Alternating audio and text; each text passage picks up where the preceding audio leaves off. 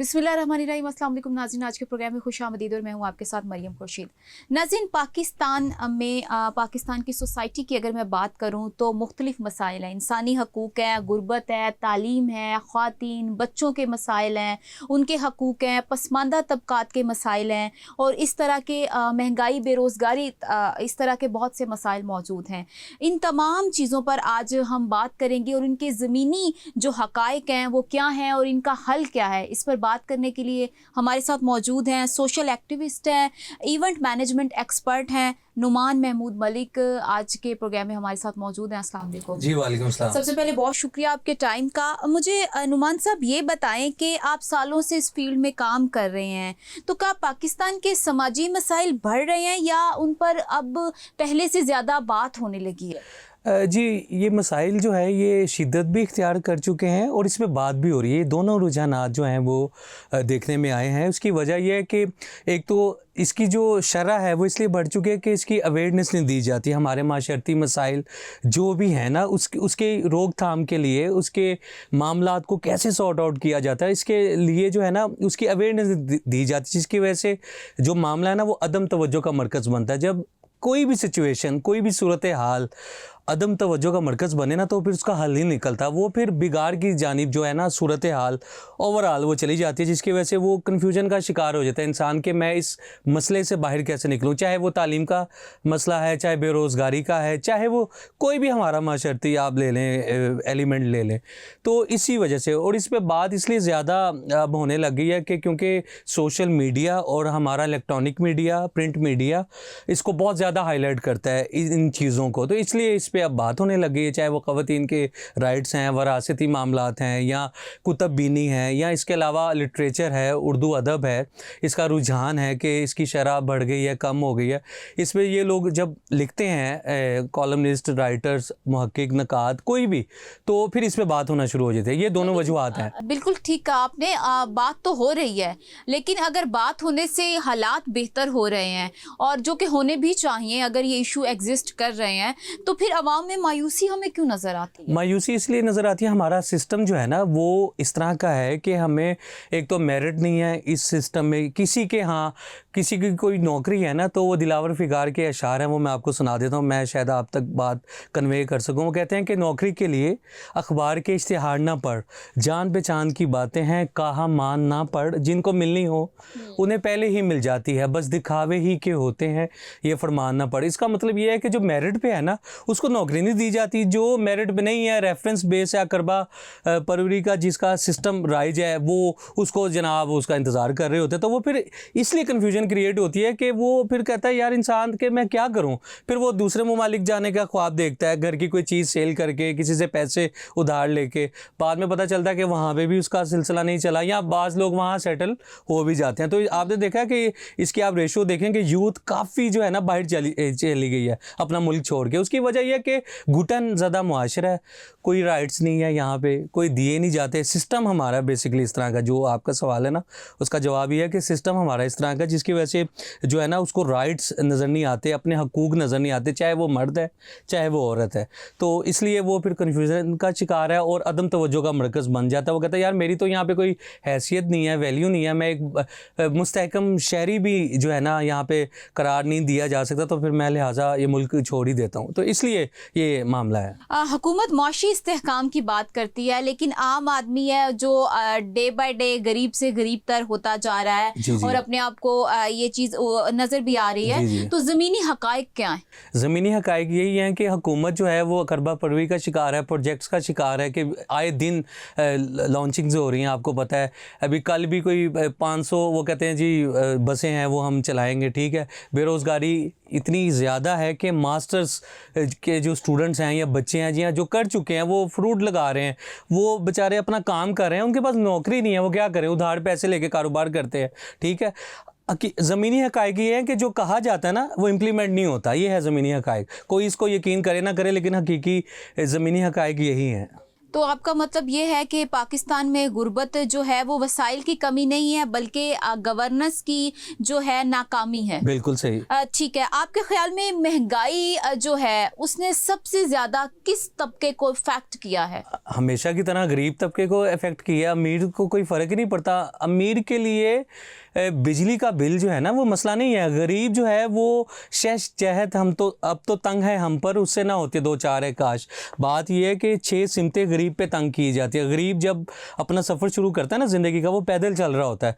इतनी मेहनत मुशक्क़त के बाद जब वो जो है ना बुढ़ापे को पहुँचता है तब भी वो पैदल ही होता है। लेकिन इस सिचुएशन में मतवसत का तबका जो है वो भी अब गरीब बनता जा रहा है इतनी महंगाई के बाद। जी, उनके बिल्कुल। लिए भी ये अफोर्डेबिलिटी, अब तो वो जो सही कह रही हैं। लग्जरीज एंजॉय करते हैं उनके लिए चीजें नॉर्मलाइज हैं। सही बात है। बाकी जो मिडिल क्लास है और लोअर क्लास है, अपर क्लास को तो हम साइड पे रखते जी, थे, तो जी। मिडिल क्लास को जब हम पहले कंसीडर करते थे कि ये थोड़ी बेहतर है कंपैरेटिवली लोअर क्लास से और ये थोड़ा अपनी जिंदगी को अच्छे तरीके से गुजार रहे हैं, बट ये महंगाई के बाद जो मिडिल क्लास है वो भी अब लोअर क्लास जी, की जी। जो है उसमें कैटेगरी में बिल्कुल। फॉल होना शुरू हो गई है। बिल्कुल बजा फरमा रही हैं आपके, जो थोड़ा सा अफोर्ड कर सकते थे ना, महंगाई ने इतनी कमर तोड़ दी है, आप यकीन करें कि वो भी बेचारे अफोर्ड से बाहर हो गए हैं। वो भी अपने आप को उसी में शुमार करते हैं और वो उसी कैटेगरी में खड़े हैं जिसकी आप बात कर रही हैं। अच्छा, खैराती इदारों की अगर मैं बात करूं तो इस तरह की जो लोगों ने हेल्प आउट करने के लिए उन लोगों को जो अफोर्ड नहीं कर सकते इस तरह के इदारे बनाए हुए हैं, क्या वो हुकूमत की जो पॉलिसीज़ हैं जो उस लेवल पे उन गरीबों को नहीं प्रमोट करती, उस खला पूर करने में हेल्प आउट होती हैं? जो चैरिटी के इदारे हैं जी। वो बिल्कुल होती हैं जी। और हमारे मुल्क में चैरिटी इदारे भी आपको पता है कि आप, क्योंकि मीडिया से आपका ताल्लुक है, वो किस तरह से काम करते हैं, इसलिए बैन भी होती हैं इदारे, रजिस्ट्रेशन इसकी बैन होती हैं। लेकिन जो अच्छे इदारे हैं वो काम करते हैं, जैसे अब्दुल सत्तार ईदी साहब का इदारा था, ठीक है। तो कहने का मतलब ये है कि वो इस खला को पूर्ण ज़रूर करते हैं, लेकिन ये हकीकी जो मानों में ना ये हुकूमत की ज़िम्मेदारी बनती है। हर शख्स ना अपने हिस्से की शम्मा जलाता है, उस गुर्बत को, उस महंगाई को, उस बेरोज़गार को जो है ना नौकरी देने की कोशिश करता है। लेकिन सिस्टम हमारा इस तरह का है कि वो प्राइवेट तो कर सकता है, वो उस NGO वाले के कहने पे उसको नौकरी तो मिल सकती है, कुछ उसके हालात वक्ती ठीक हो सकते हैं, वक्ती कैसे राशन मिल सकता है, कुछ वजीफ़ा मिल सकता है, कुछ उसकी माली मदद हो सकती है। लेकिन बाहर इतनी महंगाई है कि उसके उस रकम से वो बेचारा गुजारा कैसे करेगा अपना। तो जितनी इनकम है ना उतनी महंगाई को वो अबूर नहीं कर सकता, वो हासिल नहीं कर सकता, जिसकी वजह से वो नौकरी तो पहले ही उसके पास नहीं है। तो ये आप इस तस्वीर को चाहे दाएं से देखें चाहे बाएं से देखें, इसमें ज़िम्मेदार गवर्नमेंट है। बिल्कुल। अगर हम एजुकेशन सिस्टम की बात करें, नौजवान डिग्रियां ले रहे हैं, जी। बट उनके पास नौकरियां नहीं हैं और वो डिग्रियां लेके मारे फिर रहे हैं दफ्तरों के और अपनी जूते घिसा रहे हैं और हर दफ्तर में जाते हैं जहां पे उनको जो सैलरी ऑफर की जाती है, मैक्स अगर मैं बात करूं तो 50 से 60 एजुकेटेड जो है नौजवान, जी। उसके लिए अगर वो नहीं पढ़ा लिखा एक मजदूर तबके में अगर हम आ जाते हैं तो मैक्स 30 से 40,000 वो पर मंथ कमा रहा है। तो मसला कहाँ पे है कि हमारा जो एजुकेशनल सिस्टम है उसमें प्रॉब्लम है, या हमारी मईशत इस तरह की है, या हमारी पॉलिसीज़ ऐसी हैं कि जिसमें हम एजुकेशन तो ले लेता है एक नौजवान, बट वहाँ पे उसको उस एजुकेशन, उस डिग्री की बेस पे नौकरी मिलना बहुत मुश्किल हो जाता है। और अगर उसको नौकरी मिलती भी है तो वो इतने कम पैसे होते हैं जिसमें वो अपनी बेसिक नीड ऑफ लाइफ भी अफोर्ड नहीं कर सकता और इंतहाई मिजरेबल कंडीशन में होता है। जी बिल्कुल, आप ठीक कह रही हैं। देखिए मामला ये है कि 2.5 साल का बच्चा हो ना, 2.5 साल का, तो माँ बाप उसको स्कूल दाखिला उसका करवा देते हैं। ये देखें सबसे पहला जुल्म तो यहाँ से शुरू हो रहा है। उसके जहन में जो है ना तालीम का कॉन्सेप्ट तब डाल देते हैं जब उसको इतनी समझ नहीं होती। तो 2.5 करोड़ बच्चा इस वक्त स्कूल नहीं जा रहा आपका, तो इसमें आम आवाम तो नहीं जिम्मेदार ना। ये जो इदारे कायम करते हैं गवर्नमेंट में जो रहते हैं, जो हमसे वोट लेकर आते हैं, ये इनकी जिम्मेदारी है कि इनसे ये इसके जवाब दें हैं कि जी क्यों नहीं तालीम को इतनी फरावानी मिल रही। उसके बाद ये जो डिग्री का आपने सवाल किया ना, डिग्री जो तो है उनके पास, लेकिन उनके पास काम नहीं है। जिस काम के यानी कि जो स्पेशलाइजेशन जिसमें वो करते हैं ना, उस पर नौकरी नहीं है उनके पास। फिर घर वाले कहते हैं कि जी आप बिज़नेस कर लें, फिर कुछ कर लें, बाहर आपको भिजवा देते हैं। फिर इस तरह ना माशरती बुराइयां जन्म लेती हैं। वो फिर किसी से पैसे उधार लेता है या उसका बाप जो है किसी से कर्जा लेके उसको बाहर भेजता है। तो वो गवर्नमेंट की तो जिम्मेदारी वहीं की वहीं खड़ी है। उसने डिग्री भी ले ली, करोड़ रुपये की कम से कम डिग्री है MBBS की, वो डॉक्टर भी यहाँ पर बन के उसके पास नौकरी नहीं है, तो वो बेचारा फिर क्या करे, फिर वो बाहर के ख्वाब देखेगा ना। तो इसमें जाफरी का एक शेर है, वो मैं आपको सुनाता हूँ। कहते हैं कि पहले कश्ती डूबती थी नज़र के सामने, अब गिरेगा बहरे ओकेानूस के पार आदमी। देखें, आदमी को ना यहाँ चैन है, ठीक है। वो कहते हैं कि पहले यहाँ पे अपना तमाशा लगाता था, इसे मजाक की बात की है, अब वो बहरे ओकेानूस के पार जाके ना अमेरिका जाके अपना तमाशा लगाएगा। तमाशा तो दोनों साइडों पे लगेगा, लेकिन बात ये इसे मजाक की बात है, लेकिन कुछ लोग सिर्फ कब्र में है। देखें, अगर हम यहाँ पे सुकून हासिल करने की कोशिश करेंगे तो हम नाकाम रहेंगे। जिस तरह आपने बात की कि अगर आपको यहाँ पे वो फैसिलिटीज और वो पैसे और वो इनकम जनरेट नहीं कर पाते जो आप की बेसिक नीड ऑफ लाइफ को फुलफिल करते हैं, तो फिर आपके पेरेंट्स थोड़ा बहुत पैसा जमा करके आपको बाहर भेजते हैं। और जो तालीम उसने यहाँ पे हासिल की, जो उसने यहाँ पे टेक्निकल चीजें उसने सीखी, अब वो जो है सर्व कर रहा है बाहर के मुल्क जाके उन लोगों को, ताकि वहां पे उसको एक अच्छी इनकम, और वो लोग नो डाउट देते भी हैं। तो ब्रेन ड्रेन की मैं बात करूं तो ब्रेन ड्रेन के बढ़ते हुए रुझान को आप किस नज़र से देखते हैं और क्या समझते हैं कि कितना जो है इसका नुकसान है हमारे मुल्क के लिए कि यहाँ की जो एजुकेटेड जो टेक्निकल जो हमारी यूथ है वो वहाँ जाके सर्व कर रही है। देखिए, उसकी ज़िम्मेदार हमारा सिस्टम है, गवर्नमेंट है। असल में ये ख़राबी पता है कहाँ से शुरू होती है? इसका मैं बुनियादी आपको आंसर बताऊं कि वहाँ पे कदर है, वहाँ पे टैलेंट की भी कदर है दूसरे ममालिक में, ठीक है, आर्ट की भी कदर है। जिस शोबे में भी आप महारत हासिल करें ना, उस शोबे को वहाँ पर बड़ी इज्जत की निगाह से देखा जाता है। इधर तो कॉम्पिटिशन इतना ज़्यादा है, इधर तो आपके साथ बैठने वाला चाहता है कि आप तरक्की ना करें, तो फिर वहाँ पर क्या होगा? फिर वो बाहर ही जाएंगे ना, जहाँ पर कदर है, और 4 पैसे बाहर अच्छे भी मिल जाते हैं, इसलिए तो लोग बाहर जाते हैं। अब यहाँ की करेंसी में बाहर की करेंसी में इसलिए तो फ़र्क है, जो यहाँ पे 50,000 कमाता है, अगर वो वही काम वहाँ करता है तो वो अच्छे पैसे कमा लेता है। इसलिए घर वाले कहते हैं ठीक है, ये अपना खर्चा भी कर लेगा, गुजारा कर लेगा, हमें भी पैसे भेज देगा, तो ये फिर बाहर ही ठीक है। तो जहाँ पे कदर है तो फिर वहीं पे इंसान काम करने को तरजीह देता है ना। जहाँ पे इज़्ज़त ना हो, रिस्पेक्ट ना हो, जहाँ पे आपके साथ बैठने वाला आपकी लेग पुलिंग करे, तो वहाँ पर आपने क्या करना है? फिर आपने खुदा हाफिज़ ही कहना ना वहाँ पर अमूमन, और यही हो रहा है हमारे माशरे में।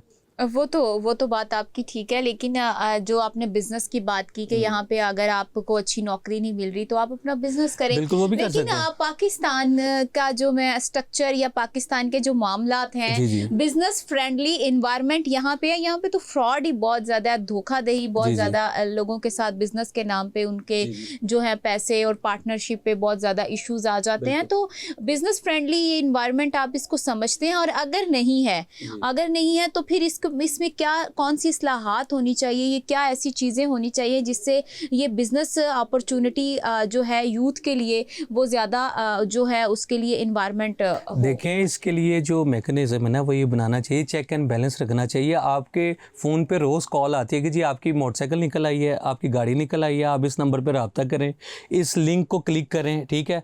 वो जैसे वो लिंक को क्लिक करता है उसको पता चलता है कि उसके अकाउंट में कुछ नहीं बाकी रहा।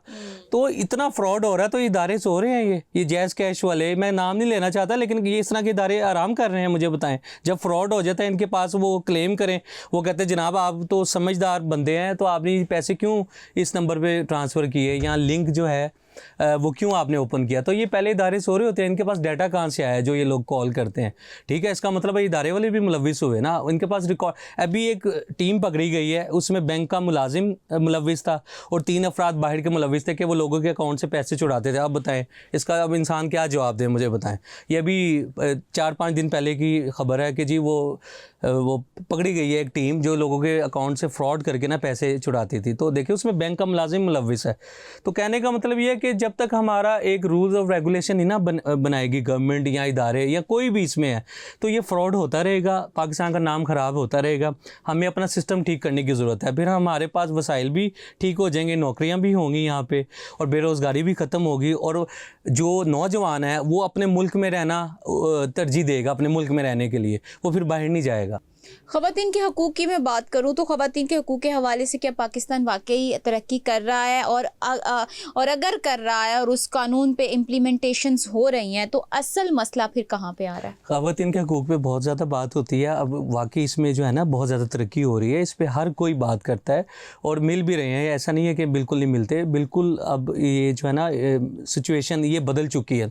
और दूसरा ये कि मैं अक्सर शोज़ वगैरह में जाता हूँ तो वो मुझसे पूछते हैं कि कोई हमें थोड़ा सा ना पॉइंट्स बता दे, तो मैं कहता हूँ ख़वातीन को ना जायदाद से, विरासत से हिस्सा दें। अमूमन भाई नहीं देते, वालिदैन नहीं देते कि जी हमने आपकी शादी कर दी है, अब आपका जो है ना कोई हिस्सा नहीं है। तो इसलिए लिहाजा मैंने क्योंकि दी है, मैं इसलिए ये बात करता हूँ। जिसे नहीं दिया वो ना करे बात, लेकिन मैंने जो है ना, हमारा जो अबाई घर था वो सेल हुआ, मैंने अपनी सिस्टर्स को उस प्रॉपर्टी में से हिस्सा दिया, हालांकि वो मैरिड हैं। कहने का मतलब ये है कि आप इस तरह की मिसाल तो कायम करें, आप खुद तो कुछ करें, ठीक है। इदारे ठीक है वो नहीं करें, लेकिन आप अपने हिस्से का जो है ना, थोड़ा सा अपने हिस्से की आप शम्मा जो है वो रोशन करें, उससे इंशाल्लाह माशरे में बेहतरी आएगी। और ख़वातीन को हकूक़ जो है वो बिल्कुल मिल रहे हैं और इस पर आवाज़ उठाई भी जा रही है और मज़ीद भी उठाने की ज़रूरत यकीनन होगी। तो वो हमारे चैनल्स के थ्रू, पॉडकास्ट के थ्रू, अखबारात के थ्रू और ये जो रसाइल और जराइद है इसके थ्रू जो है ना, ये ख़वातीन की नुमाइंदगी भरपूर हो रही है। एज अ सोशल एक्टिविस्ट आपने ख़वातीन के हकूक़ के लिए क्या क्या काम किए हैं? मैंने बेतहाशा काम किया। अब अपने मुंह से इंसान क्या बताए, लेकिन मैं कुछ बता देता हूँ कि हमने एक इवेंट किया,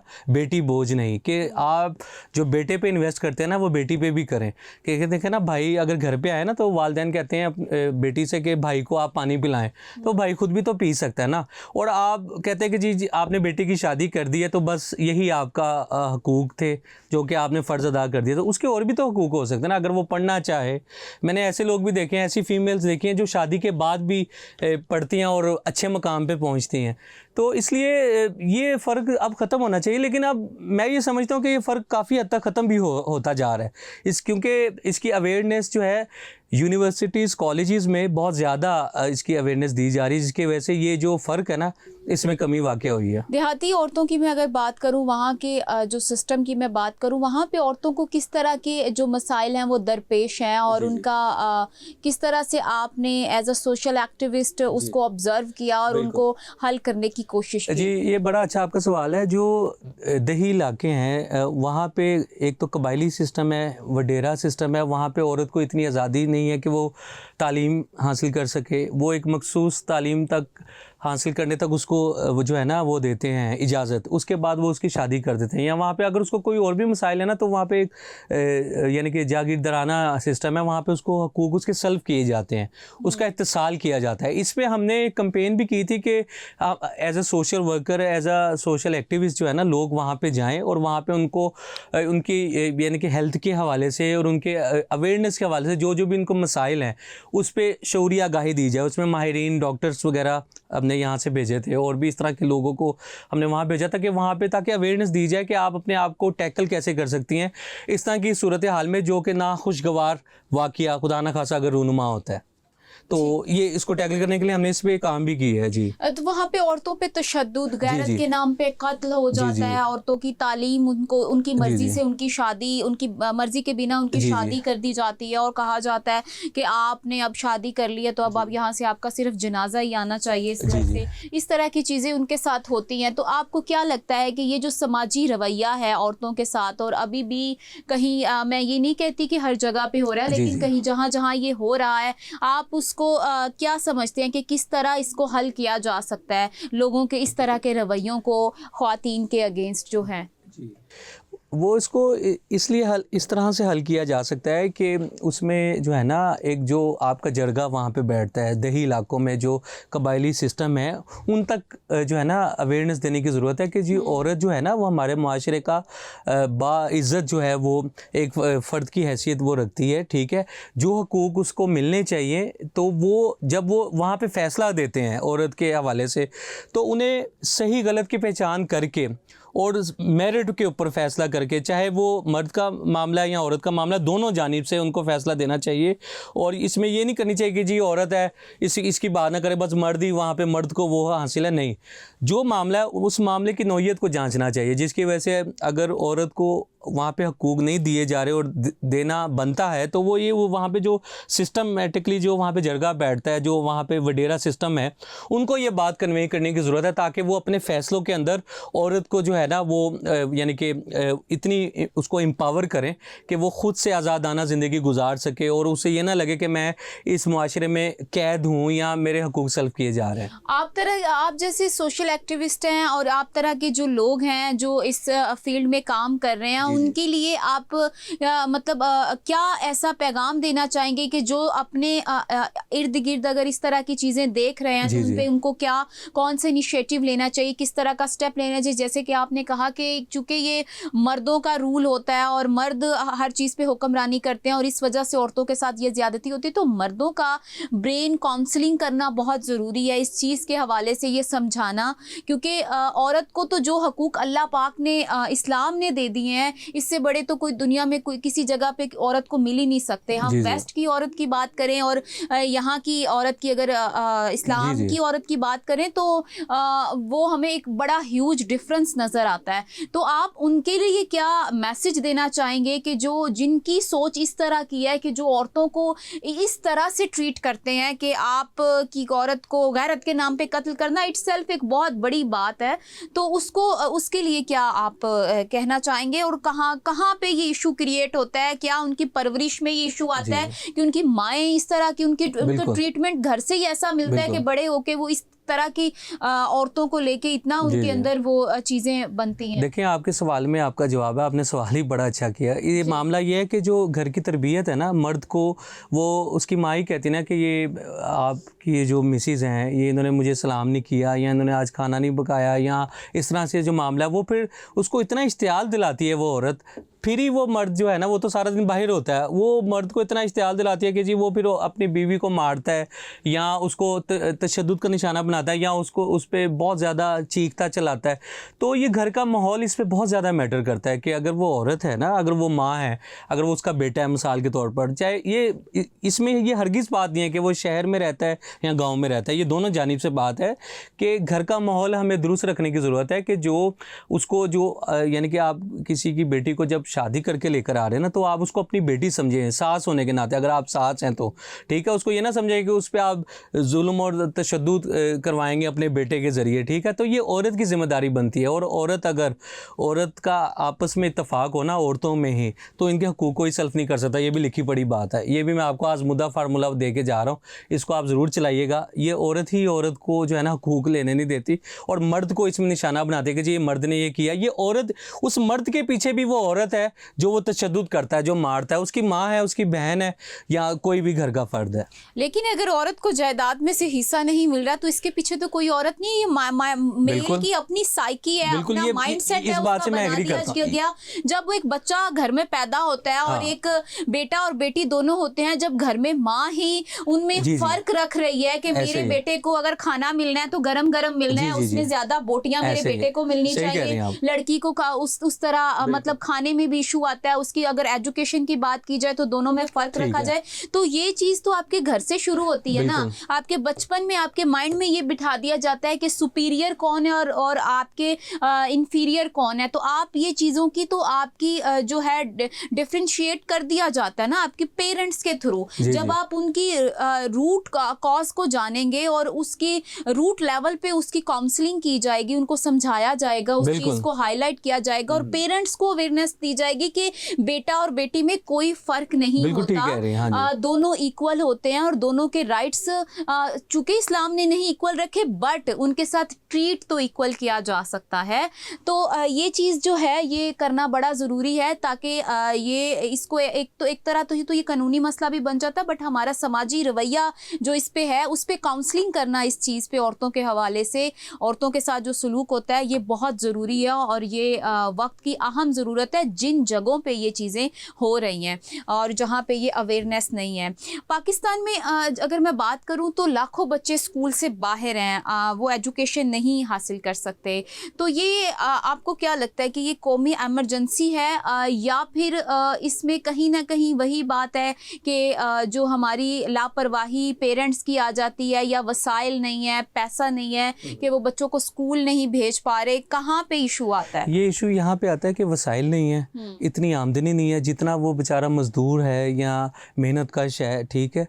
तो वो जितना वो कमा रहा है ना उसमें अपने बच्चे नहीं पढ़ा सकता। वो 2 वक्त की रोटी बमुश्किल बेचारा पूरा करेगा या अपने बच्चों को स्कूल भेजेगा। तालीम को फ्री होना चाहिए, ठीक है।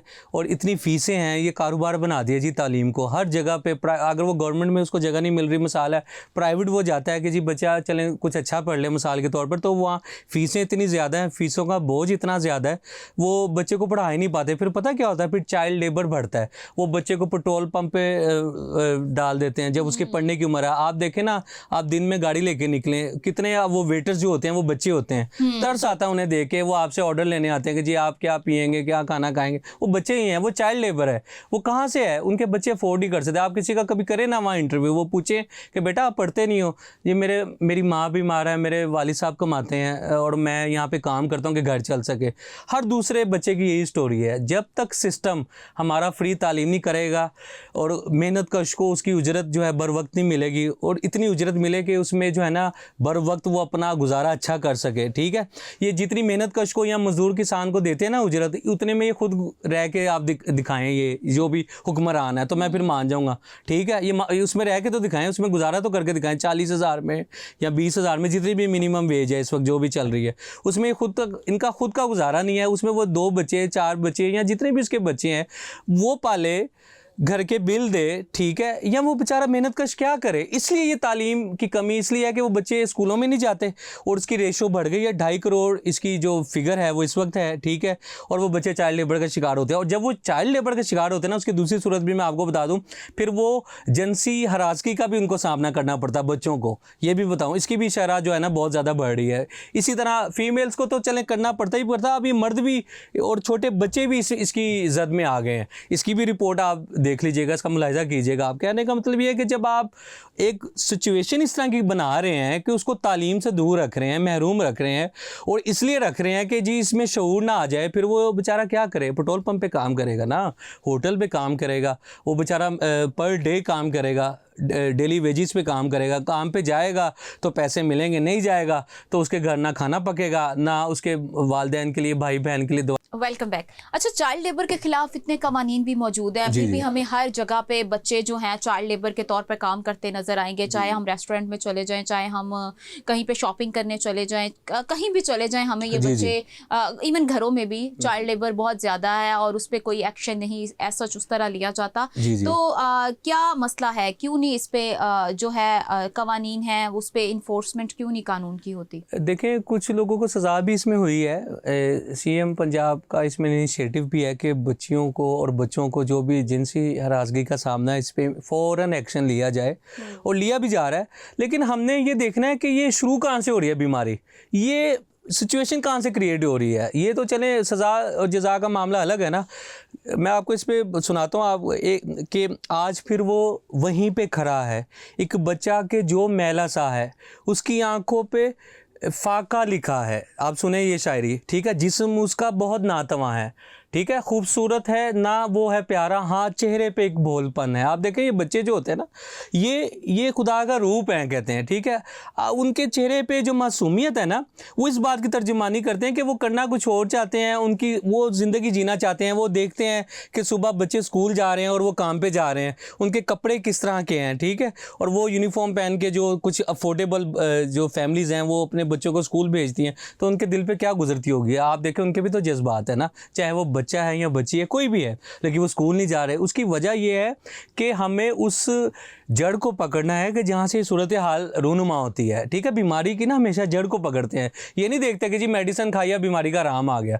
वो मुश्ताक अहमद यूसुफ साहब की एक हिस्से मजाक की खूबसूरत बात है। वो कहते हैं कि बंदा जो होता है ना, ये आमिल के पास जाता है और आमिल को कहता है मेरा कारोबार नहीं चल रहा, तो आमिल उससे 20,000 रुपये लेके अपना कारोबार चला लेता है। तो ये तो आपको खुद अवेयरनेस की ज़रूरत है ना, कि आप ये रूट को पकड़ें, उस जड़ को पकड़ें कि जी ये मामला रूनुमा क्यों है। सज़ा जज़ा का मामला तो बाद में है। सज़ा जज़ा तो ऐसे ही है जी, कत्ल हो गया, अब बताएं उसको फांसी देनी है या सुलह करनी है। और भाईजान उसका तो कत्ल हो गया है, आप खुद ख्याल करें। आप वो सिचुएशन क्यों क्रिएट होने देते हैं? अपने सिक्योरिटी सिस्टम ठीक करें, ठीक है, और भी मामला आते हैं उसको दुरुस्त करें। अब वो बेचारे का वो दुनिया से चला गया और आप कहते हैं कि जी सुलह कर लें या इसको आप सज़ा दिला दें, तो ये मामला सारा।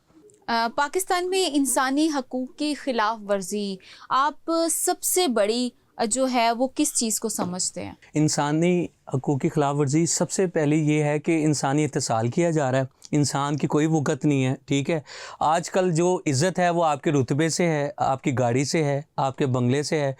कितना कोई साहिब इल्म है, कितना उसके पास नॉलेज है, इसकी कोई वक़्त नहीं है, ठीक है। हाँ, इसकी ज़रूर वक़्त है कि उसको चाहे पढ़ना भी नहीं आता, ये रहता कहाँ है, इसके पास गाड़ी कौन सी है, इसने अभी रिसेंटली ये कहाँ का टूर करके आया है, सिर्फ उसकी इज़्ज़त है, ठीक है। कसर और महल की इज़्ज़त है, आदमी की अब माजरत के साथ कोई इज़्ज़त नहीं रही। इसलिए जहाँ जिस मुआशरे में इंसानी इत्तिसाल की शक्ल आप पेश करेंगे ना मुआशरे में, तो वहाँ पे वो जो मुआशरा है वो तबाही और बर्बादी की जानिब जो है वो गामज़न होगा। तो आपको क्या लगता है कि एक आम शहरी अपने हकूक़ से वाकिफ़ भी है? आम शहरी बिल्कुल हकूक़ से वाकिफ़ है, लेकिन उसे दिए नहीं जा रहे। वो जो चाहता है ना उसे वो मिल नहीं रहा। वो नौकरी चाहता है, नौकरी नहीं है।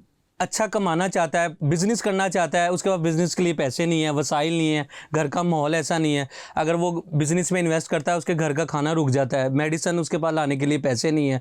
तो वो उसको बाखबर है, वो अपनी हर चीज़ से, अपनी इज़्ज़त से भी बाखबर है, अपनी ज़िल्लत से भी उसको आशनाई है, लेकिन उसके पास आगे पीछे कुछ नज़र नहीं आ रहा। वो बेचारा कहाँ जाए, दो राहे पे खड़ा है और कन्फ्यूजन का शिकार है। जी। लेकिन इंसानी हकूक़ की बहस आपको नहीं लगता कि सिर्फ शहरों तक महदूद है? दही इलाकों की अगर मैं बात करूं तो वहाँ पे इंसानी हकूक़ की कोई बात ही नहीं है, जिसका जो दिल करता है वो करता है। और राइट्स तो उसी को पता होंगे ना जिसके पास एजुकेशन है, जिसने कुछ पढ़ा हुआ है, जिसने कुछ देखा हुआ है। आम आदमी जैसे कि जैसे आप पहले बता रहे हैं कि इतने बच्चे जो हैं वो 2.5 करोड़ बच्चे, अगर मैं ठीक कह रही हूँ तो वो स्कूल से बाहर हैं। अब वो बच्चों की सिर्फ बात हो रही है जो स्कूल से बाहर हैं। ठीक है। उससे पहले मैं अगर 40+ या 50+ की बात करूं जो एजुकेटेड ही नहीं है, उनको अपने राइट्स का पता ही नहीं है, तो आपको नहीं लगता कि शहरों में इस पर बात होती है, गांव में, दही इलाकों में इस पर बात ही नहीं होती? हमारे राइट्स क्या हैं? अब जब राइट्स का नहीं पता तो मांगेंगे कैसे?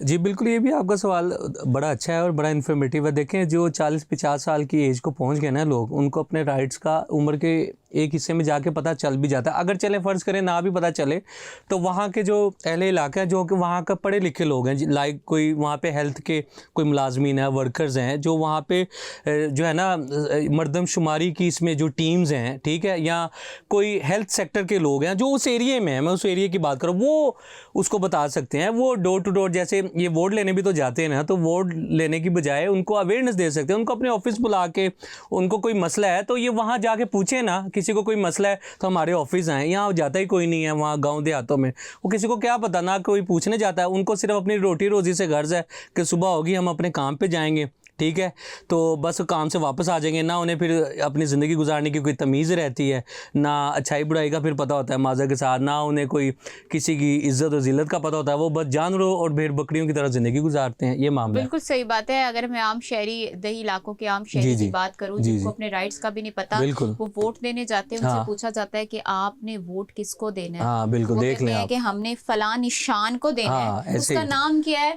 नहीं पता, उसने क्या किया है नहीं पता। जी। उसने आपको 5,000 दे दिए हैं, हाँ जी, उसने आपको सिलाई मशीन दे दी है, बिरयानी की प्लेट दे दी है, बिरयानी दे दी है, ये पता है, बट उसने किया क्या है, वो कौन है, उसने आपके लिए क्या किया है उसको नहीं पता। तो ये चीज वो है जो एक मतलब गांव में या उस इंसान को जिसको अपने राइट्स का नहीं पता, उसको ये नहीं पता मेरे वोट की कितनी बड़ी इंपॉर्टेंस है और मैंने उसको कहाँ राइट पर्सन के लिए यूज करना है। तो ये जो है उसके लिए अवेयरनेस सच बहुत ज़रूरी है। अगर मैं ड्रग्स की बात करूं, हमारी यूथ में मुनशियात का इस्तेमाल डे बाय डे बढ़ रहा है। आप क्या समझते हैं कि हम इस जो है मुनशियात के मसले को जो है संजीदगी में लेने में क्यों नाकाम हो रहे हैं, और इसका जो यूजेज है वो स्कूलों कॉलेजेस में और वहाँ पे फैलता जा रहा है। वहाँ पे कोई इस तरह का सिस्टम नहीं है जिसमें चेक एंड बैलेंस रखा जाए, और डे बाय डे हम इस दलदल में धंसते ही जा रहे हैं।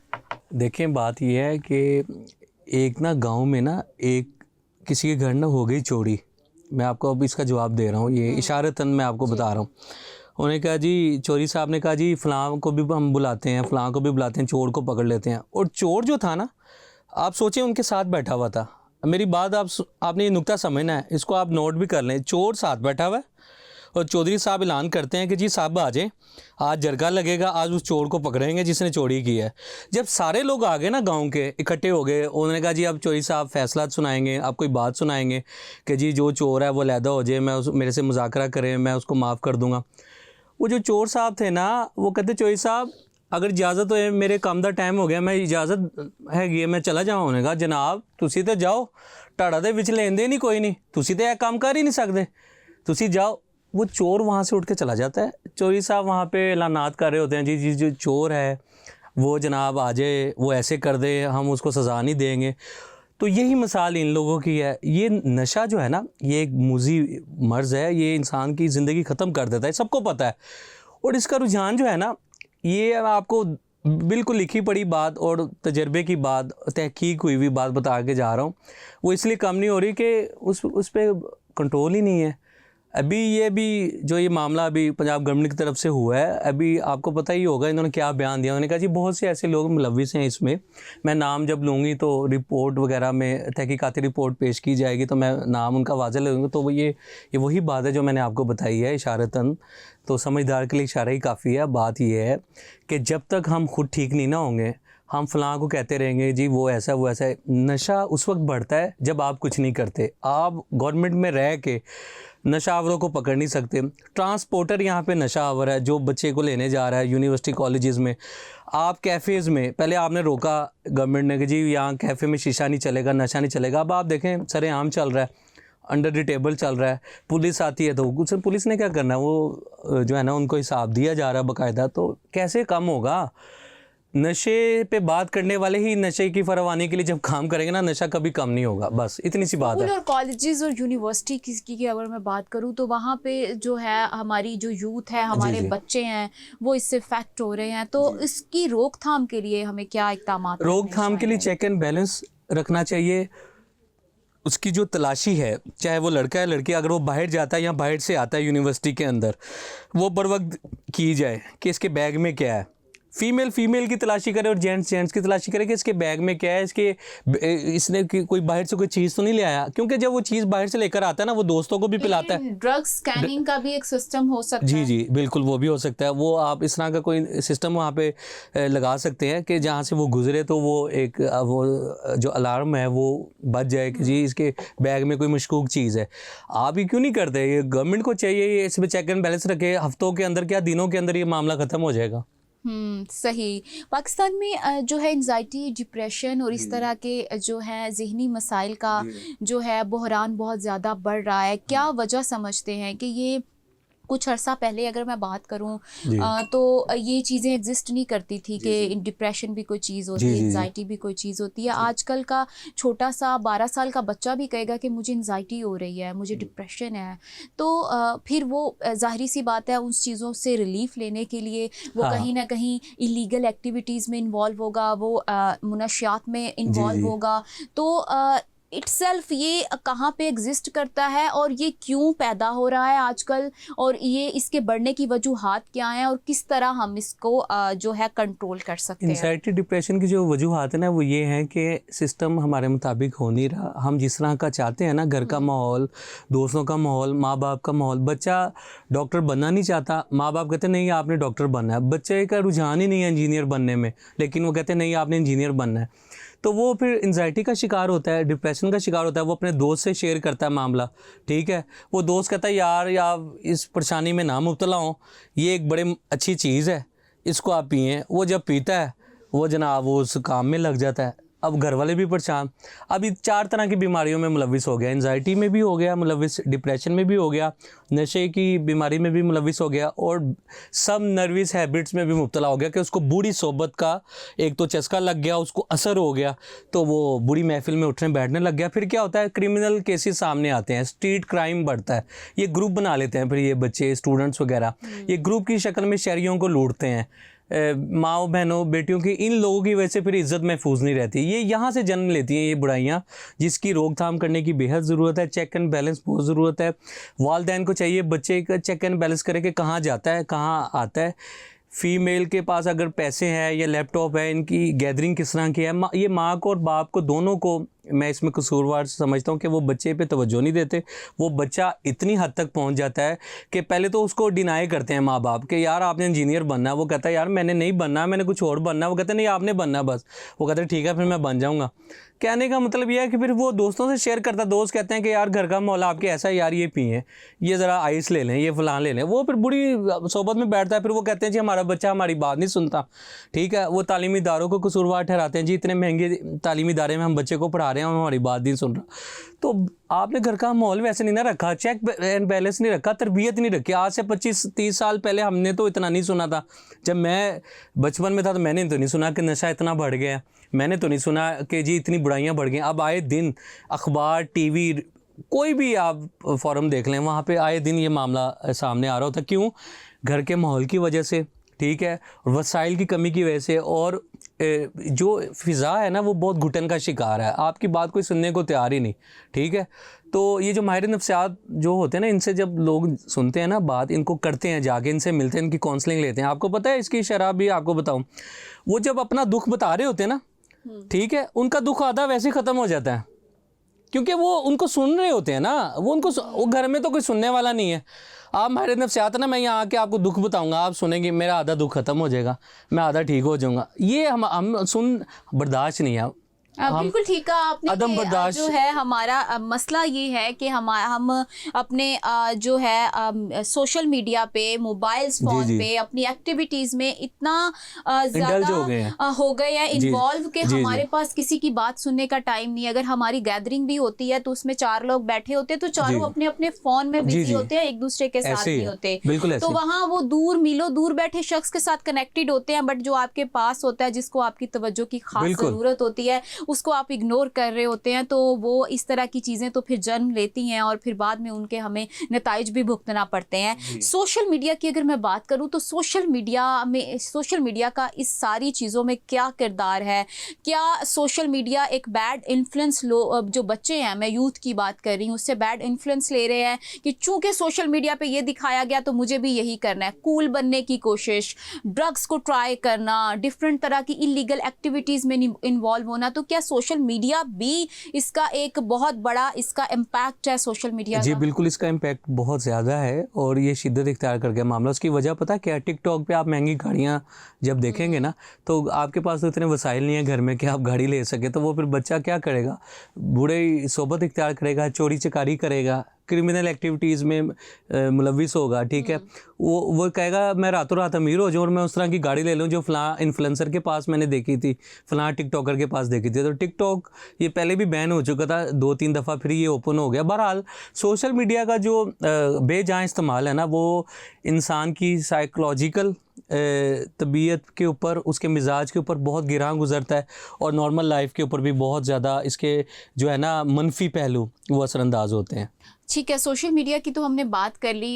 मेरा आखिरी सवाल आपसे ये है कि सोशल मीडिया की दुनिया में हम भूल चुके हैं कि हमने पहले हमारी हैबिट्स में ये शामिल होता था कि हम बुक्स रीडिंग करते थे, हम कोई फिज़िकल एक्टिविटी करते थे। अब हम 24 घंटे एक ही जगह पे बैठ के अपने फ़ोन को स्क्रॉल कर रहे होते हैं, स्क्रीन टाइम हमारा बढ़ गया है और वो जो हमारी हेल्दी एक्टिविटीज़ थी उससे हम बहुत ज़्यादा दूर हो गए हैं। तो कौन सी ऐसी चीज़ है जो हमें दोबारा उस साइड पे लेके हमें लेके जा सकती है? जैसे बुक रीडिंग की मैं अगर बात करूं तो एक अच्छी एक्टिविटी है जिससे आपको नॉलेज भी, क्योंकि किताब आपका बहुत अच्छा दोस्त होता है। तो क्या उसके फ़ायदे क्या हैं और इसके लिए जो है आप क्या सजेशन देना चाहेंगे कि इस चीज़ से उधर लाने में हम अपनी इस प्लेटफॉर्म के थ्रू हेल्प आउट कर सके उन लोगों की जो इसकी एडिक्शन का शिकार हो गए? देखें, आप सोशल मीडिया का एक मखसूस टाइम रखें, जिस टाइम पे आपने उसको जो है ना इजीली आपने उसको कन्वे करना है, किसी को मैसेज देना है, कॉल करनी है, उसके बाद उसको आप साइलेंट पे कर दें।